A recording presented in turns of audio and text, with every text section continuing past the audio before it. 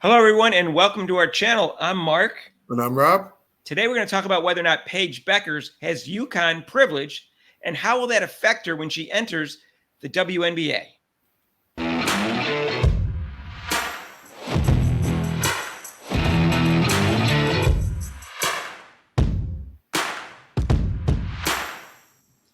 And hey, if you haven't subscribed to our channel yet, please do so and hit the notification bell when you do. Rob, this weekend, Paige Bueckers showed up at the WNBA All-Star game, and she got treated like a queen from what I could see. She was given a jacket that said All-Stars on it. So she got an All-Star jacket, even though she's not even in the league. And then there was a photo of her with WNBA legends. Caitlin Clark wasn't in it. It says WNBA legends, and she was in the photo, Rob. It's already set up, Mark. It's already there. It's already Is there any doubt? Is there any doubt that the reception that Paige Bueckers is going to get because she went to UConn is going to be different than the one that Caitlin Clark got in the WNBA? It looks pretty obvious that's what's going to happen, Mark. That UConn connection there. Is there any doubt that if Paige Bueckers was Caitlin Clark and came out and was from UConn, she'd be on the Olympic team right now? Well, no doubt, Mark. There'd be no doubt about that. No. I think two things kept Caitlin Clark off. One, she didn't go to UConn, and two, she wasn't black. And I think that's were the main things. Obviously, part of the jealousy and envious of all the attention she gets and all the money she gets was part of it. But I think that would have pushed her over the top enough to have made the team. Paige Bueckers is not going to have that obstacle when she enters the league, Rob. No. I wonder, Mark, is she going to get double teamed too also? I don't know, Robbie. Now you have to do that to any player of the year that comes out of the WNBA because we set a precedent. That's right. So I think it's only fair that she gets the same treatment as Caitlin Clark next year. And you know that doubt that very much. Well, Rob, she won't be able to handle the physicality, right? Look at how skinny she is. No, and she's a one-trick pony, Mark. Well, all I know is that the UConn people stick together. And it's a really strong thing, even to the point of Rebecca Lobo, who says really nice things about Caitlin Clark. When they were talking about whether she could be the GOAT of college, she chimed in and said, oh, no, she can't be without a championship, even though she did say she was the best offensive player in 20 or 30 years. She jumped in, and, of course, Donna Taurasi indicated that. Of course, Brianna Stewart was asked to point out whether she was just a great, not even an all-time great or not even one of the GOATs, not even the GOAT. No, she couldn't even do that without a championship. So they keep together. The head of the Olympic Committee is a UConn grad. And guess what? Caitlin Clark didn't get on the team. I'm just saying, Rob. I see her getting a much warmer reception. And another reason, too, Rob, when she accepted Player of the Year when she was a freshman at the ESPY Awards, she got on and said, oh, this is great that I got the award, but I think the white players get too much attention and the black players don't get enough attention.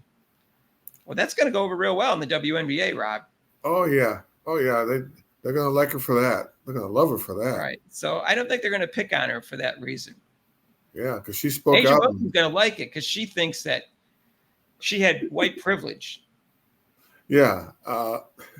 White privilege. She said that to Kelsey Plum in this video. Yeah, we saw the video. I was just like, my jaw did the cartoon jaw drop. Like, did she really just say that? I really didn't think she has white privilege, Rob. From what I saw, she was the best player her freshman year, so she deserved the award. And she got a lot of publicity because she was the best player and because she went to UConn and because she was the number one recruit coming out of high school. So she had three reasons, and she was a pretty exciting player. She was a fairly exciting player and had a great all-around game. That's why she got a lot of publicity. Right. Yeah. I don't know. just that women, like cattiness is right out there. Anyways, I just thought she got an awful warm reception. I like Paige Bueckers, and Caitlin Clark and her get along well, so I like that fact. And they're friends and everything. And I just think she's going to have it easier than Caitlin Clark when she enters the WNBA because she went to Connecticut. And right, way easier. And I think, and it's not. And with Caitlin Clark, she never even promoted herself or anything like that. She just, I got these awards. I got this. Even when they ask her in the All-Star game, you broke the record for a rookie, or she's like, yeah, it's just a record. She doesn't pat herself on the back. Most of her teammates do, but she doesn't like go out there and promote herself and pat herself on the back that much. I could be wrong because I didn't watch it, but I don't remember Caitlin Clark being in the WNBA All-Star game and getting all this attention from people and being in the Legends photo or getting an All-Star jacket. I don't remember that, but who knows? I didn't watch the game last year. Someone down below, let me know if Caitlin Clark showed up, whether she got an All-Star jacket and she was photoed with all the legends and Legends photo. She probably walked in and they said, "Here's your seats," and pointed up to the top of the stadium arena. Probably. There's your seats, Caitlin. So some people in our comments down below call it the UConn Mafia. Yeah. Where they basically, they control everything. And they do. I mean, it's no coincidence that 2 out of the 4 people that got allowed into the team as right out of college were from UConn on the Olympic team, and the Caitlin Clark didn't, even though she was a 2-time Player of the Year. And so, I don't know. I just think they keep together, and I think I believe our commenters. They're our group. I believe what they say. So let us know if you think that Paige Bueckers is part of the UConn Mafia and has white privilege or UConn privilege, which I think she mainly has UConn privilege. Yeah, UConn privilege. I don't think it's obviously white's always a slight factor, especially when we're talking about basketball in a black league, that the white player is going to get more publicity than they deserve if they're a really good player. I get that. It's always some of that, but I don't think it's the point that Asia Wilson thinks it is. Yeah. And I don't think Paige Bueckers' success was because of her white privilege. I think it was the ball player. She's a great ball player. Pardon me? Yeah, she's a great ball player. That's why. Yeah, and what I find most interesting is who's going to be the Player of the Year this year between Juju Watkins and Paige Bueckers. I find that fascinating. Someone else could emerge, obviously, but that's a white-black thing. But I'm not looking at it that way, but other people will. I was going to say, Mark, do you think color might come into a factor? I hope not. I hope whoever the better player is gets the most votes. That's what I hope, Rob. I really do. We'll see what happens. Let us know who you think is going to win Player of the Year this year, too. We'll have a video about that next October when the season starts, because I think that's going to be a hot topic. And a hot topic, who's going to win the national championship? Because UConn got 3 big recruits this year in the top 20, and they had 5 injured players last year. So Paige Bueckers could lead her team to a national championship. And guess what, Rob? That'll get a lot of publicity. So she's going to come in the league with a lot of hype if she gets Player of the Year and a national championship, because she doesn't have one. She hasn't got past the Final Four yet.